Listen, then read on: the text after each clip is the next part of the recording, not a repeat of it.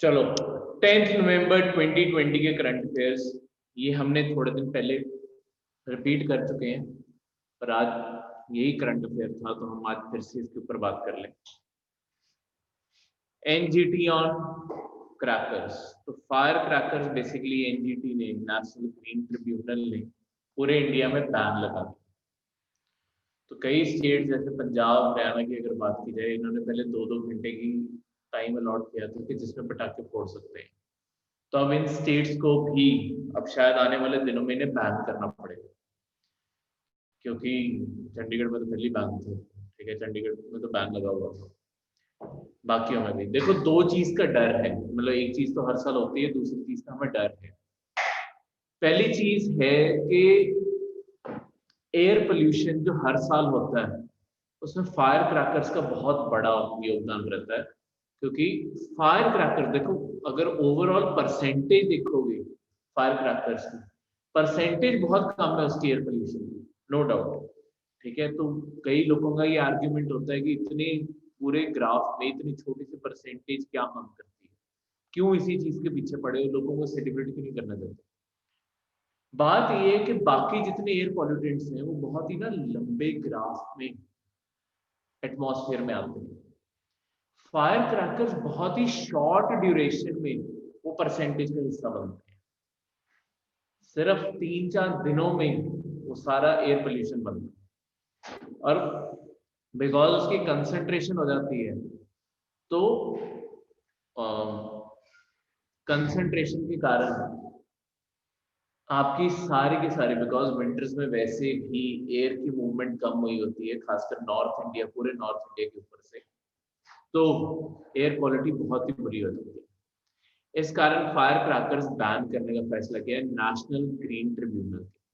National green tribunal करता क्या है? नेशनल ग्रीन ट्रिब्यूनल ऐसे ही मामलों पे केस होता है। ये एक स्पेशल ट्रिब्यूनल जो होते हैं ना, ये एक तरह से कोर्ट होते हैं, पर ये एक स्पेशल पर्पस के लिए बनाए होते हैं। यहाँ पे स्पेशल पर्पस क्या है? ग्रीन, कोई भी एनवायरनमेंट से जुड़ा हुआ मामला सुनने का जो कोर्ट है, उसे, उसके लिए पहले तुम नेशनल ग्रीन ट्रिब्यूनल जाते हो। अगर तुम देखो ट्रिब्यूनल की बात क्या होता है, लेट्स सपोज तुम ट्रिब्यूनल के मामले से खुश नहीं हो, जो भी फैसला आया है उससे खुश नहीं है, तो कौन से कोर्ट जाओगे?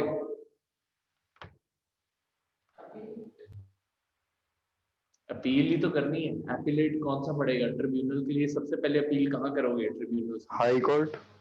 हाई कोर्ट, पहले हाई कोर्ट जाते हो। अगर हाई कोर्ट नहीं खुश होते तो सुप्रीम कोर्ट। ठीक है, और अगर सुप्रीम कोर्ट नहीं खुश होते तो घर बैठो, बस। सुप्रीम कोर्ट से ऊपर कुछ नहीं है। ठीक है, तो हाँ जी, नहीं, ट्रिब्यूनल जो होती है ये डिस्ट्रिक्ट लेवल पे नहीं होती, ये रीजनल लेवल पे होती है। ठीक है, पर जो इनकी अपील है ना, वो हाई कोर्ट, अपने हाई कोर्ट में भी की जा सकती है हर स्टेट। ये डिस्ट्रिक्ट लेवल पे नहीं होती, ये यहाँ तो स्टेट के लेवल पे होगी, पूरे स्टेट में एक होगी। ठीक है, जो और ट्रिब्यूनल्स होती है, national green tribunal, green tribunal regional basis पे, और पूरे इंडिया के लिए एक जो कॉमन है वो दिल्ली में। तो इसके रीजनल बेंच भी है और एक कॉमन बेंच दिल्ली में। ठीक है, तो ये दिल्ली वाले ने सुना है, तो ये सारे इंडिया पे अप्लाई होते हैं। ठीक है, क्लियर है? तो इससे सबसे पहले मतलब उन्होंने बेसिकली बात की है कि नेशनल ग्रीन ट्रिब्यूनल ने मतलब बैन ऑल सिटीज पे नहीं लगाया, सिर्फ वो शहर जिनका नवंबर के अंदर अंदर एयर क्वालिटी पुअर या उससे बुरी कैटेगरी में जा चुका है एयर क्वालिटी इंडेक्स। तो इससे जो हमारे न्यूज में आता है वो है एयर क्वालिटी इंडेक्स। तो हमारा national air quality index 8 pollutant को मेजर करने के लिए बनाया गया है, किसी नॉमेनक्लेचर और उसके कलर। हम कलर कोडिंग करते हैं ये बताने के लिए कि देखो एक आम इंसान को भी समझ आ जाए कि एयर क्वालिटी कितनी बुरी है, उसके लिए हम एयर क्वालिटी इंडेक्स यूज करते हैं। ये 8 पॉल्यूटेंट्स कौन से हैं? PM10, PM2.5, NO2, sulphur dioxide SO2, CO, O3, NH3 और PP जो लेड। ये 8 पॉल्यूटेंट्स को मॉनिटर करने के लिए एयर क्वालिटी इंडेक्स काम करता है। ये शॉर्ट टर्म 24 घंटे का एवरेज जो है वो भी बताता है, ठीक है। उसमें it may be noted that ambient air quality is specified separately in India for around 12 pollutants including 8 that constitute air quality index. तो total national ambient air quality standard जो है वो 12 के लिए, उसमें से 8 एयर क्वालिटी इंडेक्स का हिस्सा बनते हैं। तो रिपोर्ट के लिए टोटल 12 जाते हैं, और जिनकी रिपोर्ट बनती है एटमॉस्फेयर के पोल्यूशन के लिए वो 12, पर हमारे काम के लिए और जो प्रीवियस पेपर का क्वेश्चन है तो ये 8 है, ठीक है। तो ये 8 के 8 कौन से याद रखने। इसके बाद आज हम इस टेबल के ऊपर भी लुक डालेंगे, जो ये टेबल बनता है। देखो हर category good, satisfactory, moderately polluted, क्योंकि ये थोड़े दिन पहले भी हमने किया था तो थोड़ी सी और डिटेल में से पढ़ेगा। Good, satisfactory, moderately polluted, poor, very poor, और सबसे बुरा होता है सिवियर, ठीक है। कौन से वाले शहरों के ऊपर फायर क्रैकर का बैन लग रहा है? Poor and below that. And above, below कह लो, एक बात ये सारे इन, अगर किसी भी शहर का air quality index poor, very poor या सिवियर है, वहां पे फायर क्रैकर्स के ऊपर बैन है, वहां कोई पटाखे नहीं चला सकता,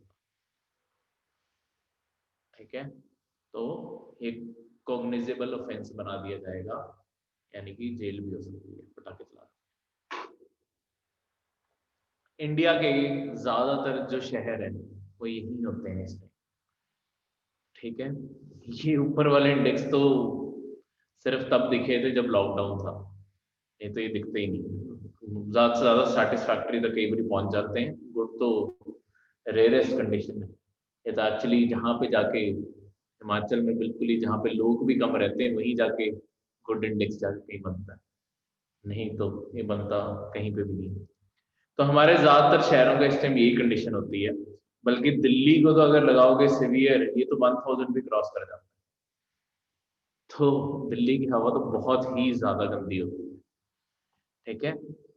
तो इसके अंदर देखो कोई PM10 24 घंटे के अकॉर्डिंग मेजर किया जाता है, ये भी आपको क्वेश्चन आ सकता है। इस कारण आपको ये देखना है कितने घंटे का एवरेज होता है। आज आपने ये चीज स्टडी करनी है। हम एयर क्वालिटी इंडेक्स थोड़े करंट अफेयर्स पहले भी कर चुके हैं, तो आगे बढ़ते हुए PM10 कितने घंटे के एवरेज पे देखा जाता है? 24 hours. 24 hours. 24 आवर। फिर ozone 8 hours. Carbon monoxide 8 hours. SO2 24 hours. Ammonium 24, lead 24। तो इसमें बाकी सारे 24 है, तो सिर्फ 2 याद कर लो, बाकी सारे तो अपने आप क्लियर है, ठीक है। सिर्फ ओजोन और CO बस ये याद रखने हैं। अगर ये याद रख लिया कि ये 8 घंटे के हैं, बाकी याद रखने की जरूरत नहीं, क्योंकि बाकी सारे 24 घंटे के वैसे, ठीक है। तो ज्यादा याद करने की जरूरत नहीं होती, बस स्मार्टली याद करने की जरूरत है कि मिनिमम क्या है, बस उसे याद रख लो। बाकी सबके लिए एक कॉमन चीज है कि 24 घंटे, ठीक है। तो इस तरीके से इसे याद रखना। क्लियर है ये? अब जब हम गुड, सेटिस्फैक्टरी इन सब की बात करते हैं, तो ये आपको ये भी क्वेश्चन आ सकता है, इसके अगेंस्ट मतलब क्या है इसका। गुड जब एयर क्वालिटी होता है तो हमारी सेहत पे मिनिमम इम्पैक्ट है, कि कोई खास नहीं, नॉर्मल हवा है। नॉर्मल हवा भी ऐसा नहीं होता कि इम्पैक्ट फ्री होती है, जो सबसे साफ हवा हम जिसे कहते हैं, ऐसा नहीं है कि उसमें कुछ भी ऐसा नहीं हो सकता जो हम पे इम्पैक्ट ना डाले, इसलिए उसे मिनिमम इम्पैक्ट की बात करते हैं, कि ये मैक्सिमम तरीके से साफ है, कुछ ना कुछ हार्म कर सकती है। जैसे इस साल एक UPSC में स्टेटमेंट आई हुई थी, जो आपकी वैक्सीन्स है उनका कोई भी नेगेटिव इफेक्ट नहीं होता। सही है या गलत है स्टेटमेंट? होता है सर। कुछ कर ना देते कुछ सर। तो होगा।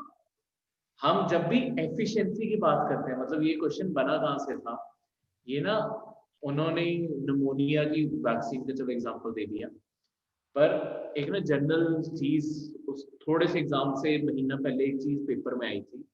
आपके हेल्थ मिनिस्टर ने बोला था बेसिकली आपकी जो कोविड की वैक्सीन बन रही है वो 80 to 90% इफेक्टिव है, ठीक है। तो उन्होंने यही चीज बोली थी कि कोई भी वैक्सीन ऐसी नहीं होती जो 100% इफेक्टिव। तो उस स्टेटमेंट से उन्होंने बस एक वैक्सीन का नाम लिखा और ये स्टेटमेंट बना।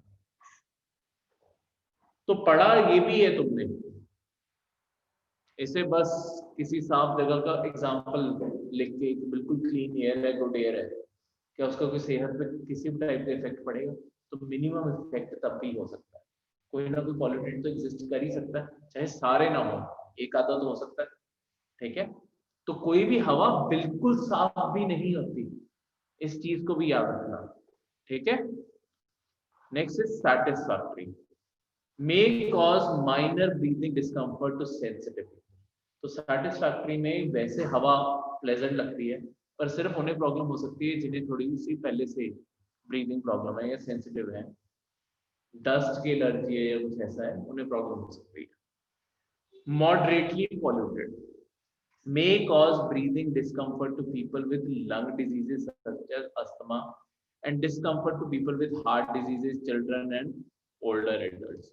तो मॉडरेटली पुअर अब थोड़ा सा लंग पे इफेक्ट डालने लग जाता है। तो यहाँ तो जिन्हें पहले लंग की प्रॉब्लम है या ब्रीदिंग की प्रॉब्लम है उन्हें थोड़ी तकलीफ आने लग सकती है। यहाँ जो ओल्ड है या बच्चे हैं उन्हें प्रॉब्लम आने लग सकती है क्योंकि उनकी लंग्स वीक हो चुकी है वैसे। Next is poor, may cause breathing discomfort to people on prolonged exposure and discomfort to people with heart diseases। तो पुअर अगर बहुत लंबे टाइम कांटेक्ट रहा तब असर डाल सकती है, ठीक है, और लोगों को हार्ट डिजीज जिन्हें है उन्हें डिस्कम्फर्ट कर सकती है। Very poor respiratory illness to people on prolonged exposure. अब ये किसी को भी जब इंडेक्स वेरी पुअर पे ड्रॉप हो तब सबको एक्चुअली जो मास्क कल्चर है, अगर तुम्हारा इंडेक्स वेरी पुअर पे ड्रॉप होता है तो मास्क वैसे भी डाल कर एटलीस्ट एयर तो फिल्टर होके अंदर जाएगी जितनी भी जाएगी, क्योंकि ये वैसे ही आम लंग्स को भी लंग डैमेजिंग हो जाता है, ठीक है। Effect may be more prolonged in people with lung and heart disease. असर सबको होगा, उन्हें सबसे ज्यादा होगा। और जब सिवियर पोल्यूशन हिट करता है may cause respiratory impact even on healthy people and serious health impact on people with lung and heart diseases। The health impacts may be experienced even during light physical activity। तो severe में बाकी जगह क्या था, prolonged exposure, severe में थोड़ा बहुत exposure भी हार्मफुल है। तो दिल्ली के लोग एक्चुअली इसमें रहते हैं, इससे भी ज्यादा वो तो 1000 तक पहुंच जाता है जो अनबियरेबल है। हमने उतने का तो इंडेक्स ही नहीं बनाया। लास्ट ईयर दिल्ली का इंडेक्स छू के आया है मेरे ख्याल से 1100 छू के आया। तो इतनी गंदी हवा। हमारे यहाँ पे जो एयर क्वालिटी इंडेक्स है वो 1 नंबर 1 कलर 1 डिस्क्रिप्शन के अकॉर्डिंग चलता है। आपको पेपर में ये भी क्वेश्चन पूछा जा सकता है 1 कलर 1 नंबर 1 कलर 1 डिस्क्रिप्शन, ये गवर्नमेंट की कौन सी स्कीम से जुड़ा हुआ? तो उसके ऑप्शंस में एयर क्वालिटी इंडेक्स होगा, एयर क्वालिटी होगा, तो वो ऑप्शन सही होगा, ठीक है। ऐसे इनडायरेक्टली क्वेश्चन पूछा जा सकता है। 1 नंबर 1 कलर 1 डिस्क्रिप्शन, ठीक है। ये जो इनिशिएटिव है, ये जो तरीका है, ये सबसे पहले स्वच्छ भारत अभियान में यूज किया गया था। स्वच्छ भारत अभियान में भी गंदी जगह से साफ जगह को मेजर करने के लिए यही किया जाता है। तो उसके बाद हमने इससे एयर क्वालिटी के लिए भी यूज करना शुरू कर दिया। तो एक तरह से आपकी सैनिटाइजेशन, ठीक है, उसके लिए यूज होता है, या क्लीनलीनेस डिफाइन करने के लिए यूज हो सकता है, ये भी ऑप्शन बन सकता है, ठीक है। अगर दोनों को कॉमनली लिखना हो, एयर क्वालिटी और स्वच्छ भारत को, तो क्लीनलीनेस लिख लेंगे, हवा भी साफ और आसपास भी जैसे भी। ये जो one number, one colour, one description है, ये आईआईटी कानपुर ने रिकमेंडेशन दी थी और एक एक्सपर्ट ग्रुप उनका ही उन्होंने मिलकर रिकमेंड किया था ये सिस्टम बनाने के। ਸਰ ਇਹ ਨਾਮ ਦਿੱਤਾ ਕਿਉਂ ਇਹਨੂੰ? हाँ जी, ਇਦਾਂ ਕਿਉਂ ਕਹਿੰਦੇ ਆ क्योंकि ਇਹਨੂੰ? 1 ਨੰਬਰ 1 कलर 1 डिस्क्रिप्शन। देखो नंबर भी मिलता है, कलर कोडिंग भी है और डिस्क्रिप्शन भी है, इसलिए इसे इस नाम से जाना जाता है। मतलब हर इंडेक्स को एक कलर दो, ठीक है, जैसे ये कलर है, एक नंबर दो और एक डिस्क्रिप्शन दो, ठीक है, इसलिए इसका नाम मतलब जैसा इसका यूज है उसी से पड़ा हुआ, ठीक है। अब WHO जो आपकी वर्ल्ड हेल्थ ऑर्गेनाइजेशन है, वो भी एक्चुअली ये सारे इंडेक्सेस रिलीज करती है, वो भी ये सारी गैसेस मेजर करती है। 2.5 PM10 ये उसके स्टैंडर्ड है। एनुअल कितना होना चाहिए, 24 घंटे में कितना होना चाहिए, O3 NO2 SO, ये सब चीजें। अब इसमें जो हमारे जानने वाली बात है, जो आपके डायरेक्टली स्टेटमेंट बन सकती है, इंडियन स्टैंडर्ड जो है एयर क्वालिटी के, वो WHO के स्टैंडर्ड से कमजोर है, लेस स्ट्रिंजेंट है। ये डायरेक्ट आपको यही स्टेटमेंट बन सकती है, Indian standards are slightly less stringent as compared to WHO guidelines. Stringent का क्या मतलब होता है? स्ट्रिक्ट, यानी कि जितने स्ट्रिक्ट वो हैं, वो मतलब हम जिस चीज को, मतलब अगर हमारा ये इंडेक्स लगा के चलोगे, ये वाला इंडेक्स लगा लो, हम जहां पे मतलब मॉडरेटली पुअर कह रहे हैं, वो शायद उसे पुअर कहे, वो हमसे ज्यादा स्ट्रिक्ट नॉमेनक्लेचर फॉलो करते हैं, ज्यादा वो कहते हैं इससे कम स्टैंडर्ड रखो कि इतना भी पोल्यूशन रीच हुआ ये भी खतरनाक है। हम कहते हैं थोड़ी सी तो फ्लेक्सिबिलिटी रहने दो, थोड़ा पोल्यूशन और आने दो, फिर हम कहेंगे, ठीक है। तो हमने अपने स्टैंडर्ड ऐसे सेट किया। क्लियर है? इसमें कोई डाउट? फिर फायर क्रैकर्स।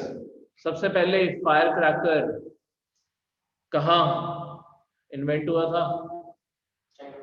चाइना। सबसे पहला मटेरियल क्या था जो यूज होता था? बैम्बू, ठीक है। सबसे पहले बैम्बू था, उसे हीट, जब तक लगातार हीट दी जाती थी ताकि वो फट जाए, ठीक है। सबसे पहले बैम्बू के अंदर पटाखे होते थे, चाइना ने डिस्कवर किया था, और बैम्बू के अंदर पटाखे होते थे। जो पटाखे ब्लास्ट आता है, जो उससे साउंड आती है, कई पटाखे बहुत ही ऊंची आवाज करते हैं, कई बहुत ही कम आवाज करते हैं, वो आवाज आती कहाँ से है, किस कारण आती है?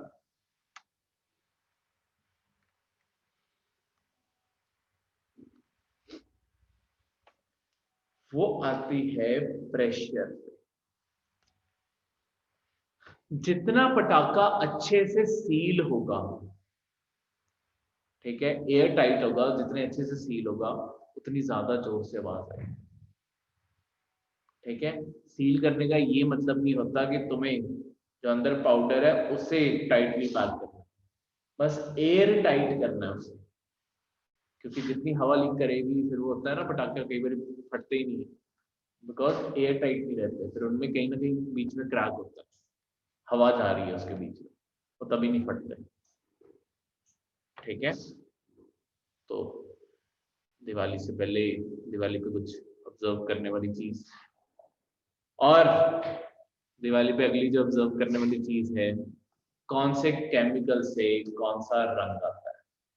मैंने आखिरी बारी बताया था, याद है? पढ़े थे करंट? Yes sir. येलो किससे आता है? सोडियम से सर। रेड किससे आता है? स्ट्रोंटियम। स्ट्रोंडियम। देख लो, बाकी बोर्ड की वेट कर रहे हैं। ये लो, रेड क्या है? स्ट्रोंडियम सॉल्ट्स। ऑरेंज आता है कैल्शियम से, येलो आता है सोडियम सॉल्ट से, green barium, blue copper, purple combination करना है कॉपर का और स्ट्रोंडियम का, ब्लू और रेड का। रेड। सिल्वर किससे आता है? मैग्नीशियम और एल्यूमिनियम। एल्यूमिनियम। बिल्कुल, बस वाइट तो रहने दो। ये क्लियर है? दोबारा से, yellow, sodium. Orange, calcium. Red, strontium. Purple, copper plus strontium. Blue, barium sir.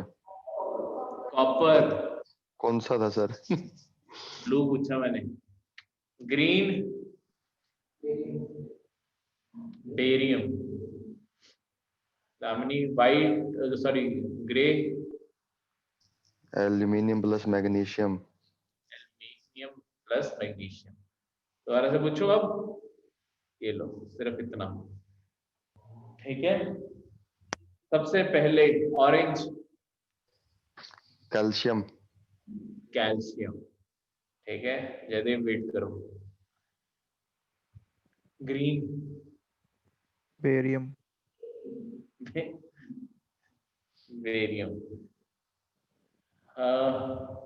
Purple, strontium and copper.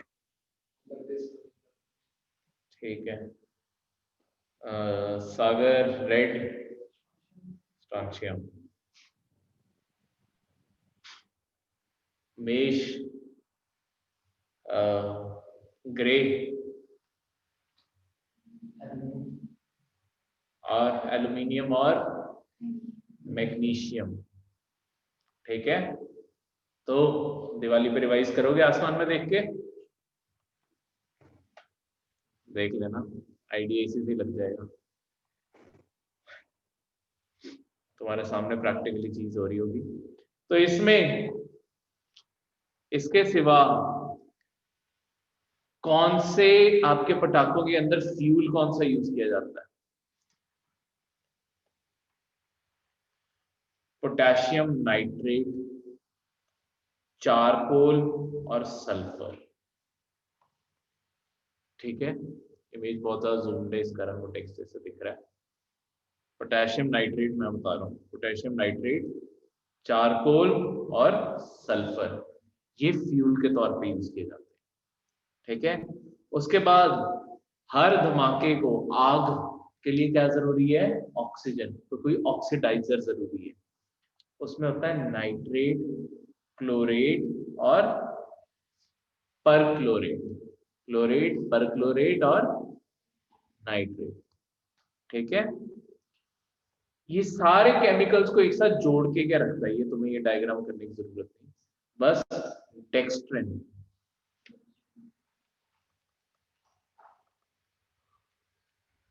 Dextrin ये जोड़ के रखता है, ठीक है। ये सारे जो कॉम्पोजिशन है इसे जोड़ने के लिए डाला जाता है डेक्स्ट्रिन। क्लियर है? इसमें कोई डाउट? तो ये आपको जो करंट अफेयर्स पीडीएफ में भेजे हैं, इसे अच्छे से डिटेल में पढ़ लेना पीडीएफ को। पिछली बारी की तरह संभाल के मत रख लेना पीडीएफ को, पढ़नी भी उसे, ठीक है। वीकेंड पे जितने करंट अफेयर्स की पीडीएफ आई होती हैं सैटरडे संडे, वो सारी की सारी रिवाइज कर लिया, तभी करंट अफेयर्स याद हो जाएंगे साथ ही साथ। Next is national green tribunal. National green tribunal basically हमने पहले चलो पढ़ा हुआ है, सिर्फ इसका बेसिक आउटलाइन बता दो, अभी खैर मैंने बताया। इसे सबसे पहले तो हमने प्रिंसिपल ऑफ नेचुरल जस्टिस के ऊपर बनाया है, और कोई भी लीड प्रोसीजर जैसे कोड ऑफ सिविल प्रोसीजर के अंडर बाउंड नहीं किया। इसका क्या मतलब है not bound by code of civil procedure? देखो आपके जितने फ्लेक्सिबिलिटी अलाउड है। बिल्कुल, देखो जो भी आपके कोर्ट में केस चलते हैं ना, दो टाइप के कोड यूज होते हैं केस चलने के लिए। एक होता है सिविल प्रोसीजर कोड और एक होता है क्रिमिनल प्रोसीजर कोड। ये डिफाइन करते हैं कि आपके पूरे कोर्ट में प्रोसीडिंग चलेगी कैसे। वो मूवीज या शो वाला नहीं होता कैसे सनी देओल तारीख पे तारीख, तारीख पे तारीख, वो नहीं हो रहा होता वहां पे। असली प्रोसीडिंग्स बोरिंग होती है, ठीक है, वहाँ कोई ऐसे नहीं लड़ रहा होता। तो कैसे विटनेस पेश करने हैं, कैसे पेपर वर्क फाइल करना है, कैसे पूरी प्रोसीडिंग चलेगी, ये ना पहले से डिफाइंड प्रोसेस है, उसी के अकॉर्डिंग सब कुछ होता है। पर इन्वायरमेंट ऐसे मामले हैं और कई और भी ट्रिब्यूनल ऐसे बनाए गए जो ना थोड़े सेंसिटिव हो सकते हैं, जिन्हें हम एक शॉर्ट डेफिनेशन में शायद प्रॉपर जस्टिफिकेशन ना दे पाए जब हम उसे कर रहे हैं। तो क्या किया जाता है, नेशनल ग्रीन ट्रिब्यूनल को फ्रीडम दी जाती है कि तुम अपने मुताबिक केस सुनो, अपने मुताबिक एविडेंसेस एक्सेप्ट करो और अपने मुताबिक सब कुछ चलाओ, ठीक है। इसे कहते हैं principle of natural justice. Clear है? तो ये नेचुरल जस्टिस का प्रिंसिपल ऐसे काम करता है।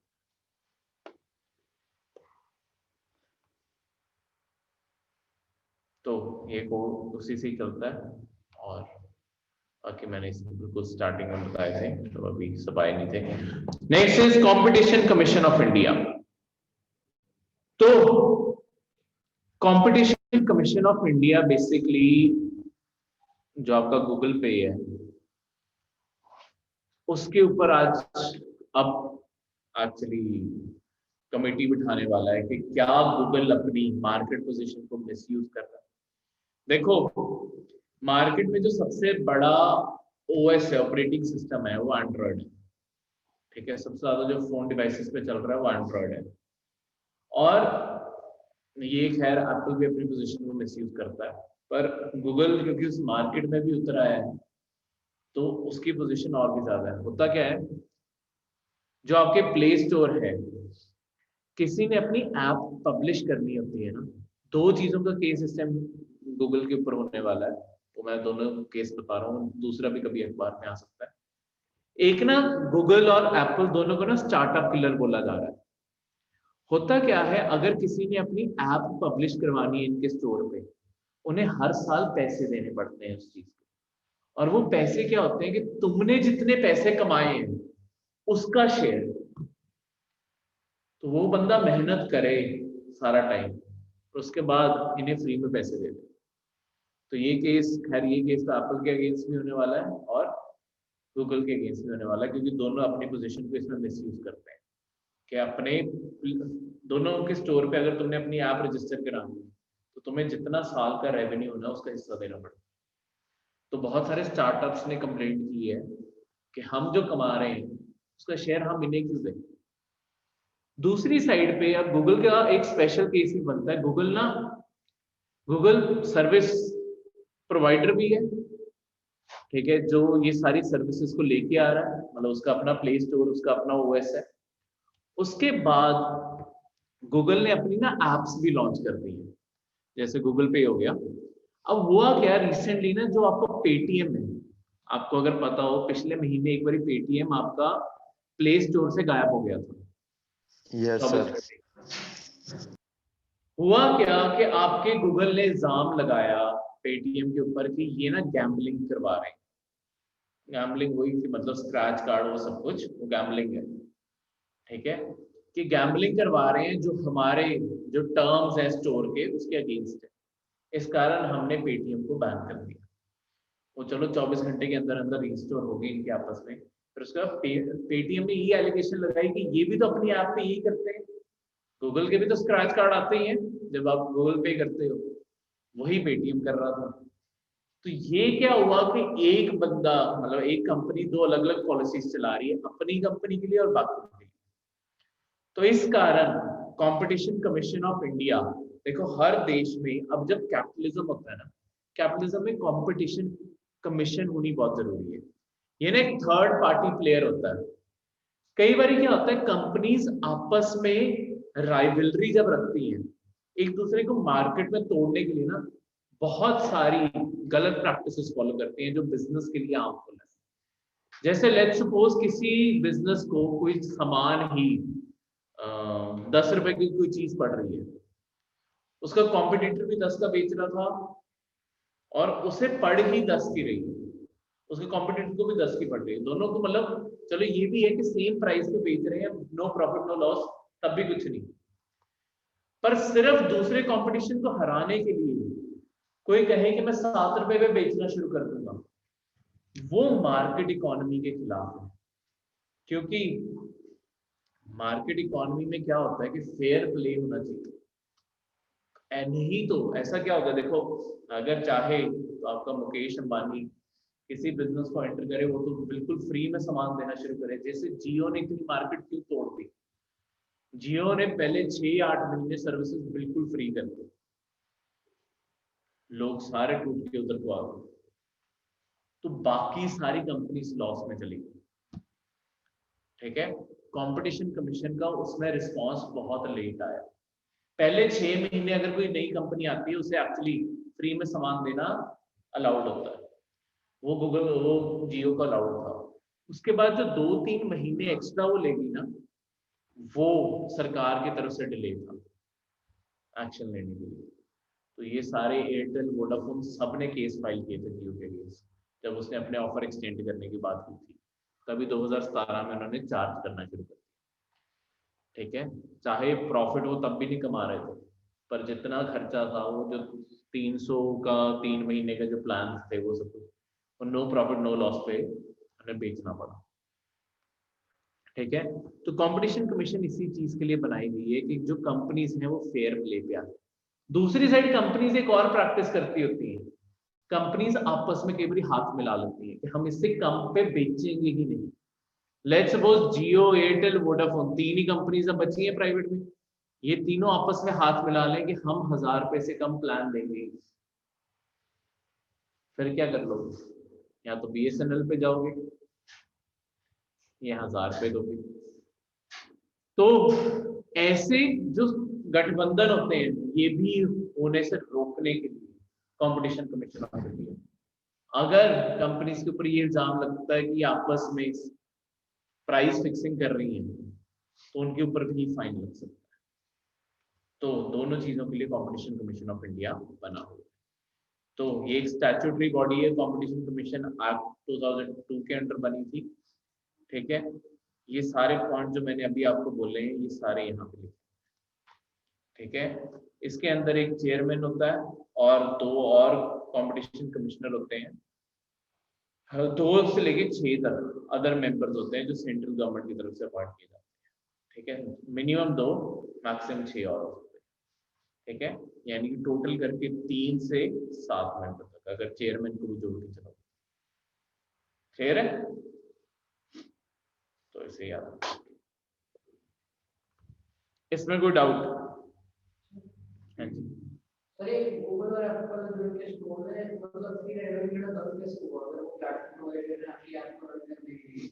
एक होता है कि आप हर साल, देखो आप कोई मेंबरशिप लेते हो, ठीक है, किसी भी चीज की मेंबरशिप लेते हो, मेंबरशिप में क्या होता है कि आप हर साल एक पेमेंट करते हो, फिक्स पेमेंट करते हो, फिक्स पेमेंट के बदले आप सर्विसेज यूज कर रहे हो। आपको कोई ये तो नहीं कहता कि मुझे अपनी परसेंटेज का हिस्सा भी दो।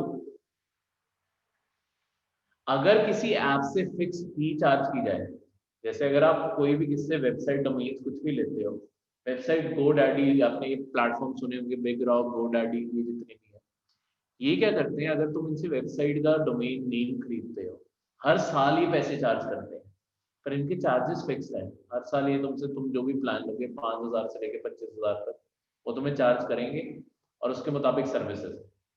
तुम्हें ये तो नहीं कहते कि तुमने अपनी वेबसाइट से जितना रेवेन्यू जनरेट किया उसका परसेंटेज भी हमें। ये वाला पॉइंट से स्टार्टअप्स को तकलीफ है कि तुमने सर्विसेज के चार्जेस लेने हैं, वो बनते हैं ऑब्वियसली, वो ईयरली होते हैं, वो सब हर चीज की सब्सक्रिप्शन है कि लिस्ट किया जा रहा है, पीछे से सर्वर इनके भी लग रहे हैं, हर कोई समझता है, पर कोई अपनी मेहनत का शेयर इन्हें क्यों दे? सर रॉयल्टी तो हर बड़ी कंपनी तो रॉयल्टी थोड़ी है, एप्पल या गूगल ने थोड़ी ये प्रोडक्ट बनाए।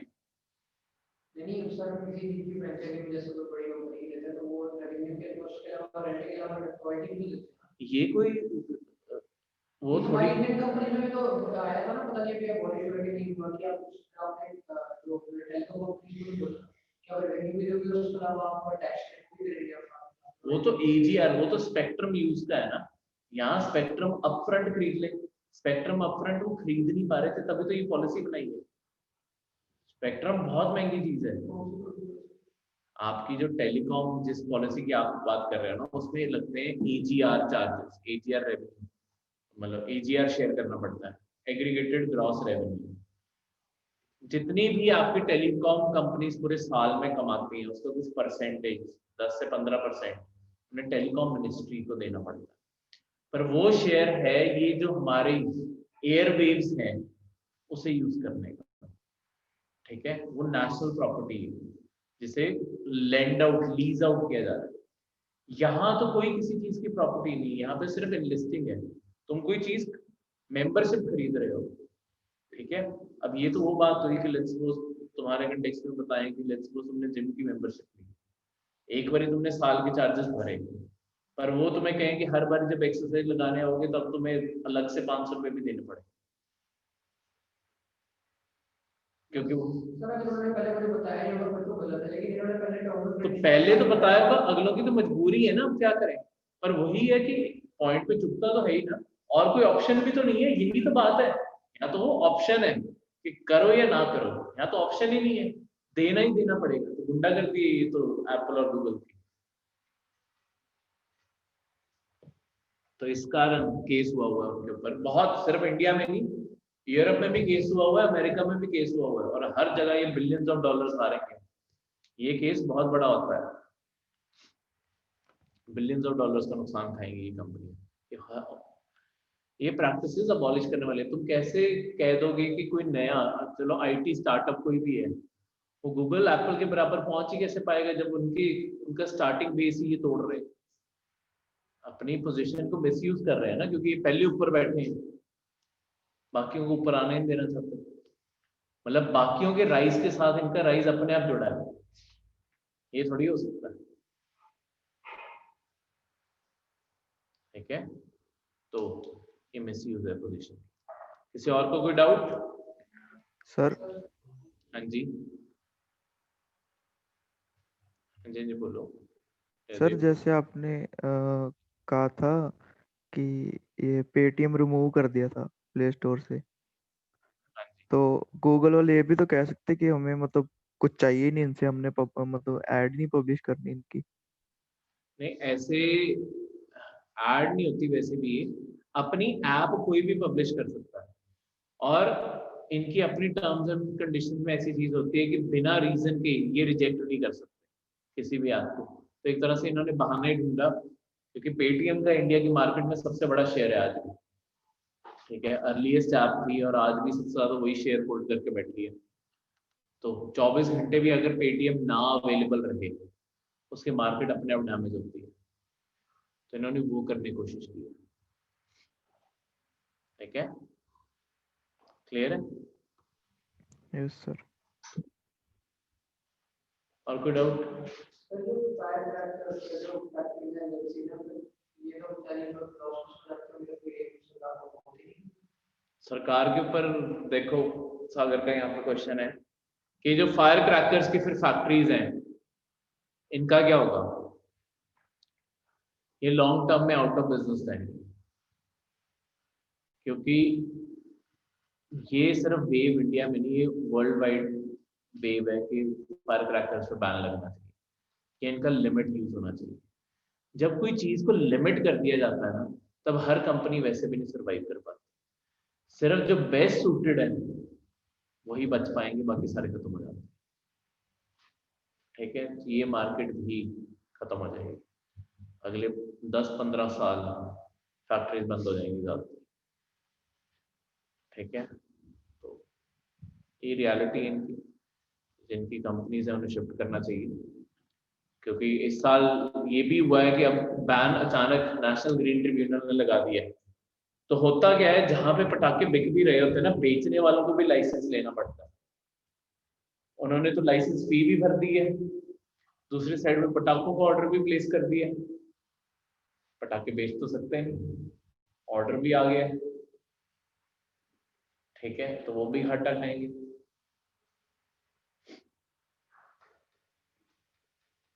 ये तो होगा ही होगा। सरकार परवाह नहीं करती होती। देखो सरकार एक्चुअली, अगर सरकार की पॉलिसी देखोगे, सरकार बहुत ही इमीडिएट डिसीजंस लेती है।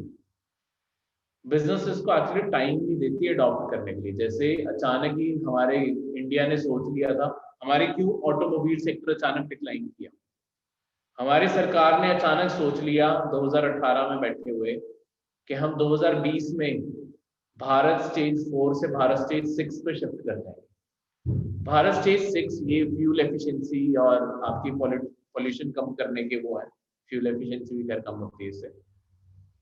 तो भारत स्टेज 6 के जो ये पूरे इंजन है, अब ये इंजन नए बनाने पड़ने।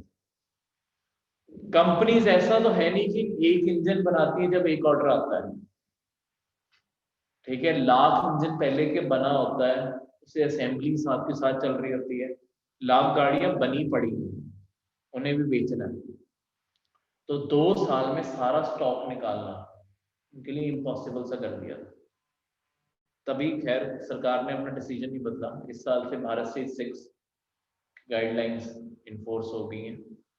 तो कंपनीज तभी पिछले साल इतनी ज्यादा घाटे में थी कि वो सारा जो मटेरियल बना था उन्हें सस्ते दामों पे इधर उधर कंट्रीज में कहीं ना कहीं एक्सपोर्ट करके डंप करना पड़ता, बस निकाल लो इन्हें इस सामान में, ये वाला काम था। इसलिए इतनी जॉब लॉस सब कुछ हुआ।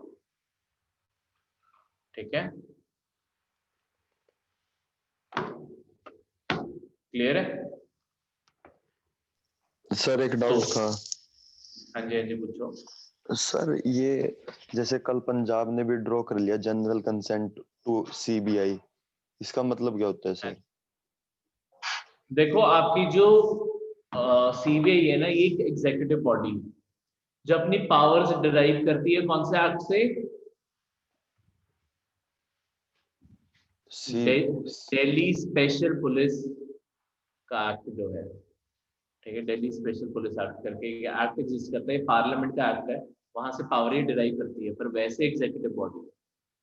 अगर तुम इस बॉडी को चाहते हो ये तुम्हारी स्टेट के अंदर कोई भी केस उठा सके, तो वो हमेशा स्टेट गवर्नमेंट की परमिशन से उठा सकते हैं। उसके लिए स्टेट गवर्नमेंट से जनरल कंसेंट देते हैं। जनरल कंसेंट का मतलब है अगर तुम्हारे यहाँ पे कोई केस आया और सेंट्रल गवर्नमेंट चाहती है वो इन्वेस्टिगेट हो, फिर दूसरी बार स्टेट से पूछने की जरूरत है। ठीक है, अगर जनरल कंसेंट नहीं है तो हर केस के लिए अब सेंट्रल गवर्नमेंट अपनी मनमर्जी से सीबीआई को नहीं भेज सकती। अब सीबीआई को भेजना है तो हर केस के लिए स्टेट की गवर्नमेंट से परमिशन लेनी पड़ेगी, वो दे या ना दे। जनरल कंसेंट वापस ले लिया कि अब रैंडमली सीबीआई नहीं आ सकती पंजाब में, और भी बहुत सारी स्टेट्स ने वापस लिया, महाराष्ट्र ने भी ले लिया क्योंकि पता ही है कि ये पपेट ही होती है ये सरकार। सीबीआई जो सेंटर में जिसकी सरकार होती है उसकी उंगलियों पे नाचती है सीबीआई, हमेशा ऑपोजिशन को ही पकड़ती है। ठीक है, तो ये तो सर जनरल मीन्स वहां पे परमिशन लेके जाना पड़ेगा सीबीआई को? हाँ जी, हाँ जी, बिल्कुल। और जनरल कंसेंट होता तो सर गवर्नमेंट ऑटोमेटिक भेज सकती है विदाउट किसी परमिशन के? बिल्कुल, तब होम मिनिस्ट्री जैसे ही ऑर्डर करेगी वो अपना कार्रवाई शुरू कर सकती है। ठीक है, अगर जनरल कंसेंट पहले से ही हो। Okay sir, thank you sir. तो ये थे आपके आज के करंट